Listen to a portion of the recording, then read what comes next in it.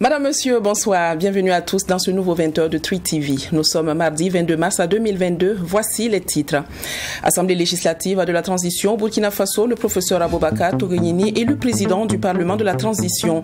Une élection obtenue haut la main avec un résultat de 59 voix remportées sur 70 votants. Retour sur la cérémonie d'installation dans une poignée de secondes.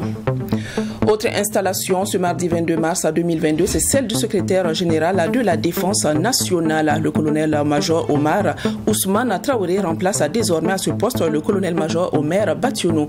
C'est le directeur de cabinet du Premier ministre qui a procédé à l'installation. Le marché des audits minéraux au Burkina Faso inquiète. Dans la capitale burkinabé comme dans d'autres villes du pays, la prolifération des marques d'eau ne passe pas inaperçue. Qu'en est-il de leur qualité? Quelle est la position de la Ligue des consommateurs face à ce business grandissant? Restez avec nous pour le savoir. Et puis, je vous le disais, à l'instant, le professeur Aboubakar Togoyeni est depuis quelques heures le président du Parlement de la transition. La cérémonie d'installation des députés de l'Assemblée législative de la transition s'est tenue ce 22 mars 2022 à Ouagadougou. Les 70 députés représentés ont vu leur mandat validé.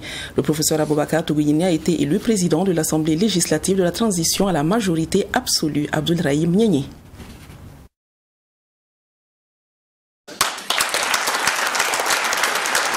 Standing ovation pour Aboubakar Togoyeni, élu président de l'Assemblée législative de la transition avec la majorité absolue, 59 voix sur 70 votants.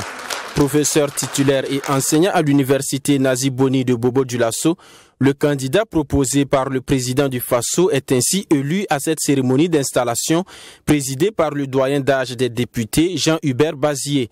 Dès son installation au perchoir, le président de l'ALT a eu une pensée à l'endroit des victimes du terrorisme au Burkina Faso.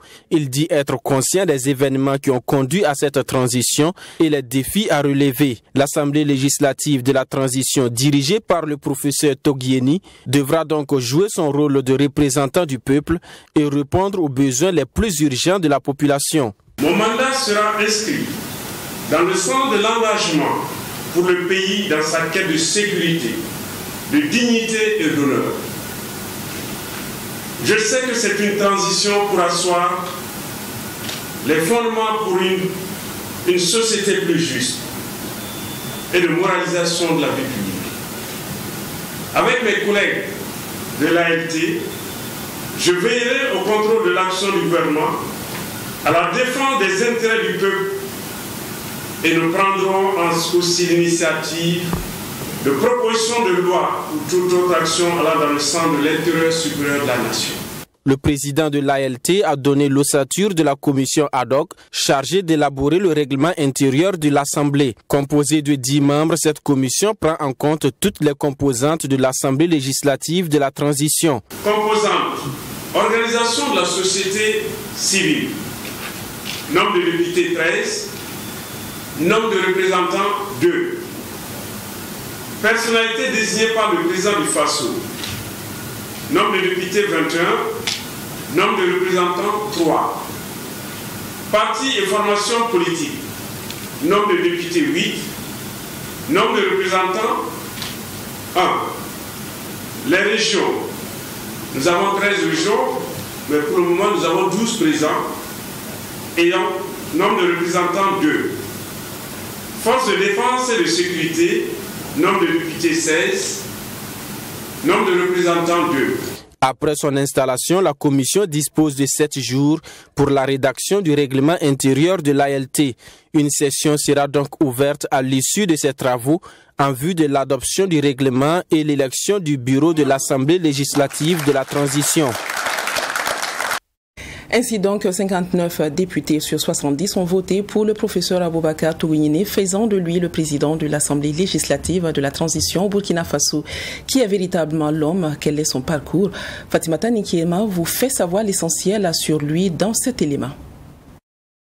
Il fait partie des 21 personnes désignées par le président du Faso pour siéger à l'Assemblée législative de la transition. Aboubacar Togieni est professeur titulaire en sciences halieutiques à l'université Nazi-Boni de Bobo-Dioulasso. Membre de l'Académie nationale des sciences, des arts et des lettres du Burkina Faso Ansal BF, le professeur Aboubacar Togieni est également directeur de l'école doctorale en sciences naturelles et agronomie et secrétaire exécutif du réseau des universités du Sahel pour la résilience. Il dirige aussi le laboratoire d'études et de recherche sur les ressources naturelles et les sciences de l'environnement. Le nouveau président de l'Assemblée législative de la transition burkinabé est détenteur de plusieurs diplômes. Après l'obtention de son baccalauréat série D en 1985, il rentre à l'université de Ouagadougou en faculté de mathématiques et sciences de la nature. En 1990, il obtient son diplôme d'ingénieur à Liot, option pêche continentale et pisciculture à l'Institut supérieur des sciences techniques halieutiques en Mauritanie. 2 ans après, à l'université de Rennes 1 en France, le professeur Aboubacar Togieni valide son diplôme d'études approfondies, mention biologie et agronomie. C'est aussi à Rennes qu'il met fin à son cursus académique en validant une thèse de doctorat en biologie et agronomie avec option sciences halieutiques. Enseignant-chercheur, celui qui sera au perchoir de l'Assemblée législative de la transition au Burkina Faso a mené des recherches sur plusieurs thèmes. Il a abordé des thématiques telles que les systèmes intégrés de production agricole, la valorisation des ressources génétiques locales, ainsi qu'en alimentation et nutrition des poissons. Notre professeur titulaire a suivi plusieurs formations en lien avec ses qualifications et travaillé dans plus d'une vingtaine de pays à travers le monde. Professeur Aboubacar Togieni, marié et père de 3 enfants, est né le 17 avril 1964 à Bobo-Dioulasso. 70 des 71 députés désignés pour siéger à l'Assemblée législative de la transition ont été officiellement installés ce mardi 22 mars 2022 dans leurs fonctions. Ils sont 21 désignés par le président d'Amiba, 12 représentants des forces vives des régions, 8 personnalités désignées par les partis et mouvements politiques, 16 personnalités désignées par les FDS et 13 autres désignées par les OSC. Suite à la validation de leur mandat, nous avons recueilli pour vous la réaction de quelques-uns d'entre eux. Sanata Siri. Dans une transition qui se donne pour mission de refonder l'État, la refondation de l'État passe par des réformes constitutionnelles, dont je suis l'un des spécialistes dans ce pays. La refondation de l'État passe par l'adoption de lois, dont je suis l'un des spécialistes dans ce pays. Donc je pensais qu'en étant à l'Assemblée législative de transition, je pouvais apporter ma pierre contributive à cette refondation de l'État. Évidemment, je suis ici pour la conservation de l'intérêt général et j'y serai tant que l'intérêt général sera la ligne de conduite et la ligne de destination des décisions qui seront prises sous la transition. Ce mandat est un mandat du peuple. Ce mandat également est un mandat donc, pour la restauration et la sauvegarde donc, de notre territoire national. Et à ce titre, nous pensons qu'il n'y a pas de repos. Pour ça, je pense que je peux vous dire avec certitude, et je peux également vous prendre pour témoin, que durant cette mandature, vous verrez donc de quoi M. Zaïda est capable et ce qu'il peut produire donc pour l'intérêt supérieur de la nation. On n'est pas venu ici pour faire plaisir à quelqu'un, on n'est pas venu pour s'amuser. Alors nous avons un défi à relever et voilà pourquoi j'ai accepté donc de répondre à cet appel. C'est avec beaucoup d'humilité que nous allons nous engager, travailler avec patriotisme, avec rigueur, afin d'accompagner la transition burkinabé dont dépend l'avenir vraiment du pays. Et nous devons de faire preuve de rigueur dans le travail, nous devons faire preuve de cohésion, de tolérance, parce qu'aujourd'hui nous n'avons qu'un seul but, c'est de permettre à notre pays de se relever et de l'aller de l'avant. Cette législature doit comprendre qu'elle vient d'une situation catastrophique, une situation d'insécurité et de malgouvernance qui fait que le peuple burkinabé souffre aujourd'hui dans sa chair comme dans sa peau. Cette législature doit prendre la pleine mesure que nous devons tracer les sillons d'une bonne gouvernance pérenne, de telle sorte que notre histoire de coup d'état d'insurrection ne puisse plus se répéter, que la démocratie, la vraie, celle du peuple, par le peuple, puisse s'installer. Ça serait la mission essentielle de cette législature. Je sais que c'est une mission qui est assez lourde au regard du contexte dans lequel nous sommes, mais également une mission que je me dois de faire le compte-rendu, la redevabilité de cette mission auprès de mes pairs handicapés et de travailler à une large concertation, ouverture, pour qu'ensemble nous puissions véritablement faire des propositions pertinentes qui permettra le Burkina Faso de relever ce grand défi de l'insécurité, mais également le défi du développement. Le directeur de cabinet du Premier ministre, Luc Yen, a procédé ce 22 mars 2022 à l'installation du secrétaire général de la Défense nationale, le colonel-major Ousmane Traoré. Ousmane Traoré remplace à ce poste le colonel-major Omer Bationo, appelé à d'autres fonctions dans le gouvernement de la transition. C'était au cours d'une cérémonie en présence du ministre en charge de la Défense nationale et du chef d'état-major général des armées que la cérémonie s'est tenue. Serge Kabouri. Nommé en Conseil des ministres le vendredi 18 mars dernier, le colonel-major Ousmane Traoré est désormais le secrétaire général de la Défense nationale, SGDN. Son installation est ici présidée par le directeur de cabinet du Premier ministre Luc Yen, en présence du ministre d'État chargé de la Défense nationale et du chef d'état-major général des armées. Fraîchement installé dans ses fonctions, le colonel-major Ousmane Traoré mesure déjà les attentes placées en lui. La cérémonie qui nous réunit ce matin intervient dans un contexte national marqué par la recrudescence des attaques terroristes dans notre pays et par la nécessité de continuellement adapter nos stratégies pour faire face à la menace. Prenant donc la mesure des nombreux défis engendrés par cette crise, je m'engage à tout mettre en œuvre pour que le secrétariat général de la Défense nationale puisse pleinement jouer sa partition en vue d'un retour de la paix, de la stabilité dans notre pays. Pour cela, je vais m'atteler à poursuivre la réflexion stratégique afin de renforcer les bases de la politique nationale de défense et de la sécurité. Le nouveau secrétaire général de la Défense nationale remplace à ce poste le colonel-major Omer Bationo, appelé dans le gouvernement au portefeuille du ministère en charge de la sécurité. Beaucoup d'acquis ont été engrangés, notamment l'adoption de la PSN en Conseil des ministres, la finalisation de la stratégie de sécurité nationale, l'avant-projet de loi portant organisation générale de la sécurité nationale et plusieurs autres textes référentiels de la sécurité nationale.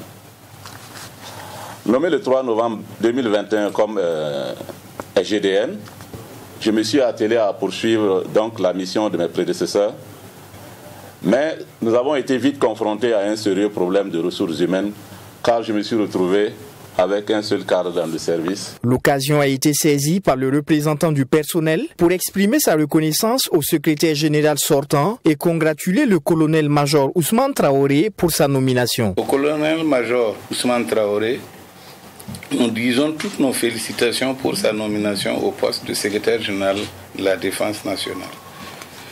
Nous ne doutons pas de ses aptitudes à faire de sa structure une de référence.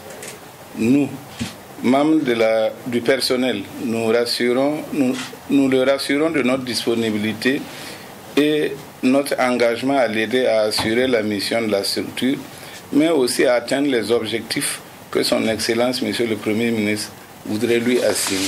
À noter que le secrétaire général de la Défense nationale, SGDN, a pour mission de conseiller en matière de sécurité nationale, de travailler avec les autres structures stratégiques du pays à la préparation, à l'organisation et à l'élaboration des textes stratégiques qui régissent la sécurité nationale. Une délégation du Fonds monétaire international à FMI en abrégé a été reçue en audience par le chef du gouvernement ce jour 22 mars 2022. La question de la masse salariale des fonctionnaires était au cœur des échanges. La délégation du FMI a soumis ses inquiétudes et pas des moindres au Premier ministre concernant les dépenses des revenus du Burkina Faso. Mamidriana Kamabou vous donne tous les détails. La prédominance des dépenses courantes dans le budget de l'État s'explique par l'évolution des dépenses du personnel. Selon la délégation du FMI, Fonds monétaire international, reçue par le chef du gouvernement en audience, plus de 65% des revenus du Burkina Faso sont injectés dans les salaires des agents de la fonction publique. Une situation inquiétante et sur laquelle le FMI interpelle le gouvernement.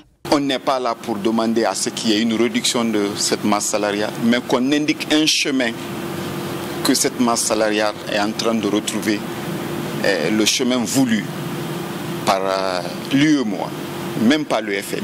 Mais parce que ce que l'UEMOA décide, c'est ce qui est vraiment la norme, il faut la suivre. Quand on consacre plus de 65% de ce qu'on gagne pour payer les salaires, qu'est-ce qui reste pour la sécurité? Qu'est-ce qui reste pour l'agriculture? Qu'est-ce qui reste pour l'éducation? Voilà des réformes qu'il faut engager et que tous les fils du pays se donnent la main pour engager ces réformes difficiles. Selon toujours cette délégation, la norme UEMOA recommande les dépenses de 35% des revenus. Le Fonds monétaire international invite donc les autorités du Burkina Faso à engager des réformes conséquentes. Il demande également l'implication de la population dans cette démarche. Il y a eu changement. Il faut profiter de ce changement pour mettre les réformes qui étaient en jachère. C'est une période exceptionnelle. Il faut en profiter pour faire des mesures exceptionnelles. Ne pas perdre cette opportunité. Et ce message, nous allons le porter aussi auprès du personnel du FMI qui s'est engagé à accompagner le gouvernement du Burkina Faso si toutes ces conditions sont réunies. En plus de veiller à la stabilité financière et à la coopération monétaire internationale, le FMI apporte son assistance technique aux pays membres. Il renforce leur capacité d'élaboration et d'exécution de la politique économique. Nous restons avec le Premier ministre Albert Ouedraogo qui a présidé hier 21 mars 2022 un conseil de cabinet regroupant tous les départements concernés par les questions sécuritaires d'une part et d'autre part par celle de la gestion de la crise humanitaire qui en découle. Ensemble, les membres du conseil ont décidé de passer à la vitesse supérieure avec une batterie d'actions à mener et cela de façon transversale en vue d'apporter des réponses diligentes aux préoccupations des populations. Michael Tougri. La principale préoccupation pour l'heure au Burkina Faso reste la question sécuritaire et surtout des réponses urgentes et adaptées pour soulager les souffrances des populations. Réunis autour du Premier ministre, les membres du gouvernement concernés par la situation sécuritaire à ce conseil des cabinets ont fait le point des problèmes spécifiques de leurs départements respectifs. La vision étant d'obtenir un mécanisme harmonieux et intégré de travail.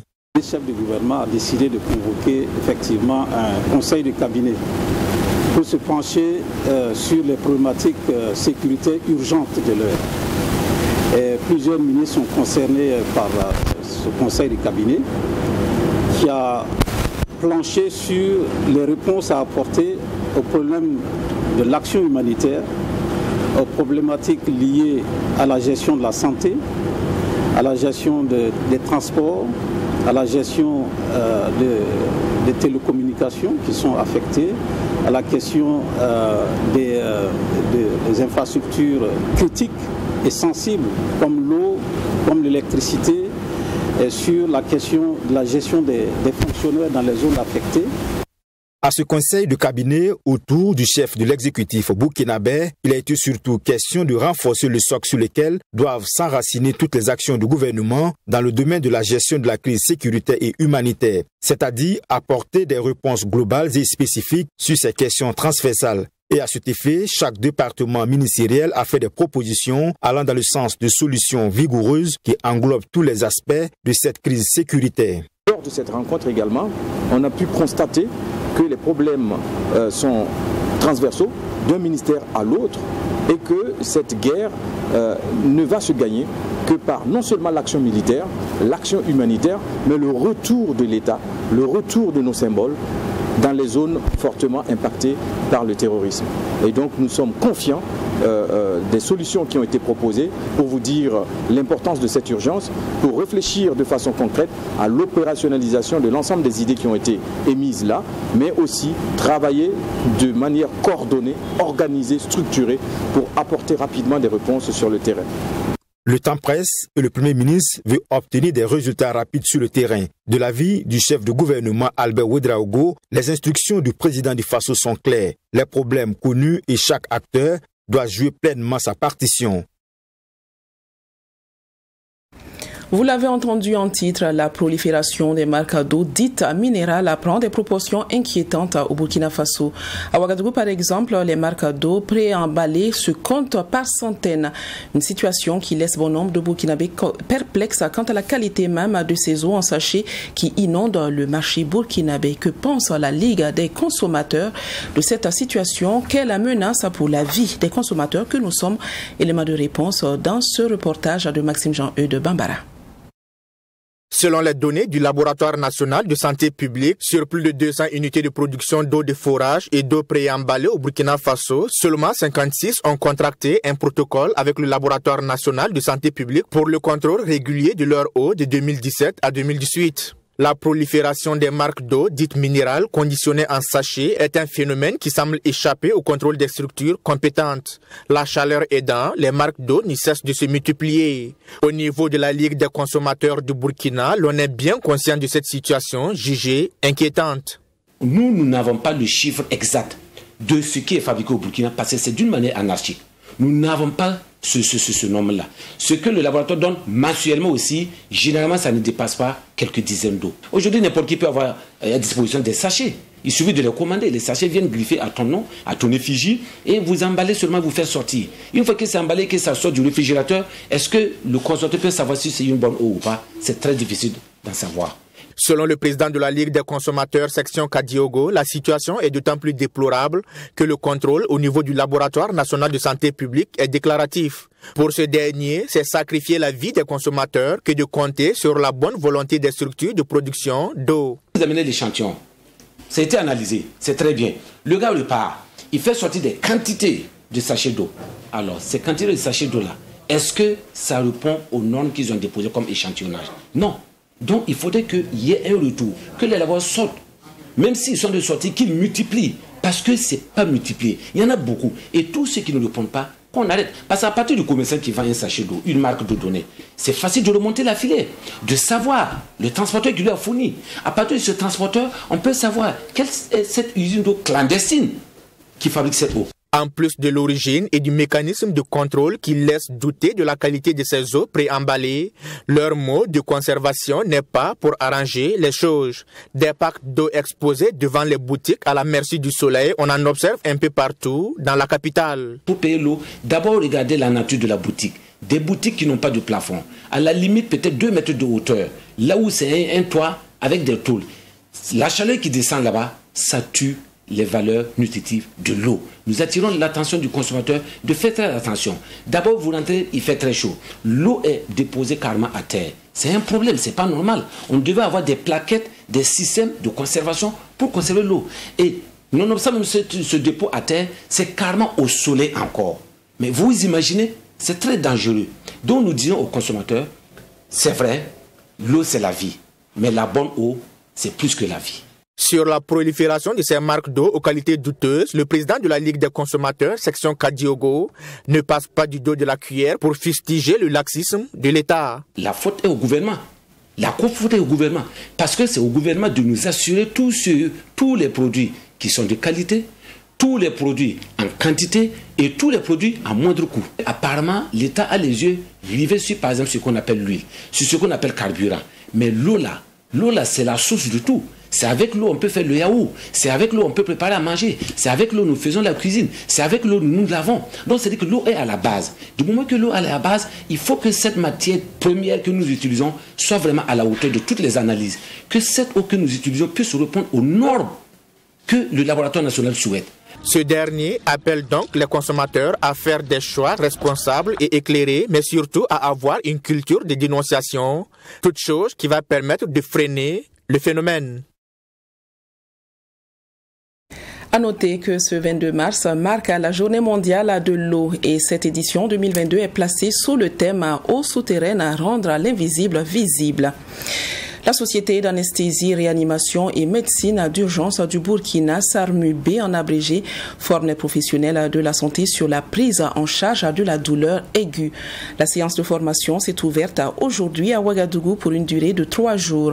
C'est une occasion pour les professionnels de santé de remettre toutes les pendules à l'heure en termes de connaissances sur la prise en charge de la douleur aiguë. Tous les détails avec Joseph Yaou avec la voix de Serge Kabori. Former les professionnels de santé, les médecins et les paramédicaux du Burkina Faso sur la prise en charge de la douleur aiguë, tel est l'objectif visé par la Société d'anesthésie, réanimation et médecine d'urgence du Burkina. À en croire le président de la SARMUB, ce serait une occasion pour les participants de s'approprier les connaissances et les savoir-faire en matière de prise en charge de la douleur aiguë. La formation va également contribuer au renforcement des capacités de tous les professionnels de santé du Burkina Faso pour relever le défi de zéro douleur chez le patient. Le résultat que nous espérons de cette formation est d'obtenir que les participants non seulement rafraîchissent et actualisent leurs connaissances sur la douleur, sa prise en charge, les obstacles à l'organisation de sa prise en charge et les moyens de lever ces obstacles. Et ça, c'est le premier volet, renforcement de leur capacité. Et ensuite qu'ils acquièrent, qu'ils actualisent leurs connaissances en pédagogie. À l'ouverture de cette session de formation, le secrétaire général du ministère de la Santé et de l'Hygiène publique a invité les différents participants à être assidus et à mettre au service des usagers des centres de santé les connaissances qui seront acquises à l'issue de la présente formation. Pour atteindre ce noble objectif, il ne suffira pas il ne suffira pas que vous soyez formés. Je vous exhorte, vous tous ici présents, à déployer pleinement les connaissances et compétences que vous aurez acquis pour convaincre, former, mobiliser et organiser les ressources nécessaires afin qu'ensemble, solidairement, nous mettions en œuvre dans nos structures de soins à tous les niveaux des stratégies efficaces de prise en charge efficace de la douleur aiguë. Au cours de cette formation, une étude sera menée et les connaissances des participants évaluées. Mais aussi, les attitudes et pratiques seront évaluées en utilisant les indicateurs de gestion de la douleur. En rappel, la clôture de cet atelier est prévue pour le 24 mars prochain. L'allaitement maternel exclusif jusqu'au 6e mois de l'enfant, c'est ce que recommande l'OMS. Au Burkina Faso, malgré les efforts de l'autorité pour promouvoir cette méthode, les premières concernées, c'est-à-dire les femmes, ont du mal à adhérer à cette formule pourtant fort bénéfique pour le bébé et pour elles-mêmes. Quels sont les bienfaits de l'allaitement maternel exclusif? De quelles astuces les mamans peuvent-elles user pour aller jusqu'au bout de ce processus? Autant de questionnements dont les réponses se trouvent dans ce reportage de Sanata Siri. Au Burkina Faso, grâce à la sensibilisation des autorités sanitaires et agents de santé, environ 61% des femmes pratiquent l'allaitement maternel exclusif. C'est une méthode qui consiste à nourrir le bébé uniquement au sein jusqu'à 6 mois. Le lait maternel, considéré comme l'aliment idéal pour le nouveau-né, selon les spécialistes, contient des anticorps qui le protègent des maladies courantes, notamment la diarrhée et la pneumonie. Il apporte également au bébé tous les nutriments nécessaires à son développement. Même s'il y a du chemin à faire, l'allaitement exclusif est aujourd'hui un défi majeur pour les nouvelles mamans, surtout celles du milieu rural, selon le maïoticien Moussa Wari. Elles se battent et par rapport à l'allaitement exclusif, je pense que les gens peuvent croire que c'est les mamans qui n'en veulent pas. Au jour d'aujourd'hui, nous sommes convaincus que les mères sont prêtes à suivre tout ce qu'on leur donne comme conseil, tout ce qu'on leur demande de pratiquer pour le bonheur de leur enfant. Et même nous qui vous parlons, au départ on s'était dit mais l'allaitement exclusif ça ne marche pas parce que les gens n'ont pas été à l'école, ils ne veulent pas suivre, c'est des gens qui sont les villageois, ils ne comprennent rien. Vous voyez, des jugements comme ça un peu aberrants. Je dis ça parce que nous sommes dans la capitale Ouagadougou ici, mais allez-y comprendre que des gens d'un certain niveau d'études n'arrivent pas à pratiquer l'allaitement exclusif. Ce jeune couple, dès l'arrivée de leur enfant au monde, a décidé d'adopter cette méthode d'allaitement. Malgré la pression de leur famille, monsieur et madame Ouedraogo disent rester fidèles au conseil des agents de santé. On a suivi les conseils du docteur Notre enfant a 7 mois. Maintenant, on commence à boire un peu de l'eau, puis le bouillir. Sinon, on a pratiqué les conseils que le docteur nous a donnés. Donc, on n'a pas essayé d'utiliser les tisanes. Ça n'a pas été compliqué. Oui. Mais nous aussi, on a fait tout ce qu'on pouvait.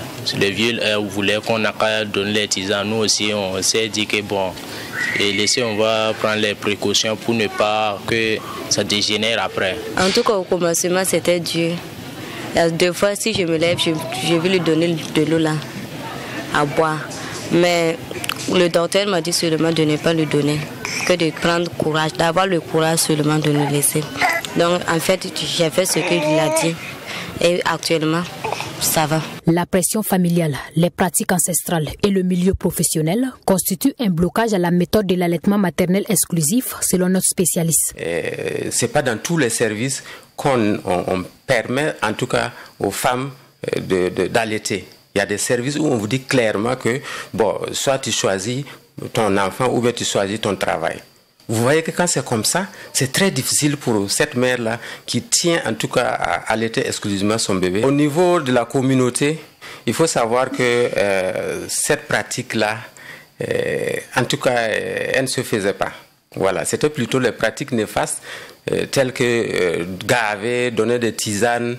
Je peux dire c'est des pratiques ancestrales. Et quand quelque chose est ancestral, pour abandonner, c'est difficile. Ce qui fait que quand la femme regagne la famille, bon, il y a la pression même de l'entourage, de la famille, qui fait qu'elle n'y arrive pas. Madame Doulkoum, la soixantaine bien sonnée, est une belle-mère qui a pu se laisser convaincre par les avantages de l'allaitement exclusif. Depuis déjà 6 ans, elle dit avoir abandonné les anciennes pratiques en encourageant ses filles et belles-filles à adopter cette nouvelle méthode d'allaitement. À notre temps, c'était pas comme ça. Bon, mais de nos jours là, toutes les choses sont changées. Voilà, si tu mets un enfant au monde, tu fais 6 mois, tu ne donnes pas de l'eau à boire. On ne purige pas. Lait maternel, là, mais ça suffit. Le lait là, la mère là, ça peut suffire. 6 mois, ça n'est pas donner de l'eau. Ça donne la santé.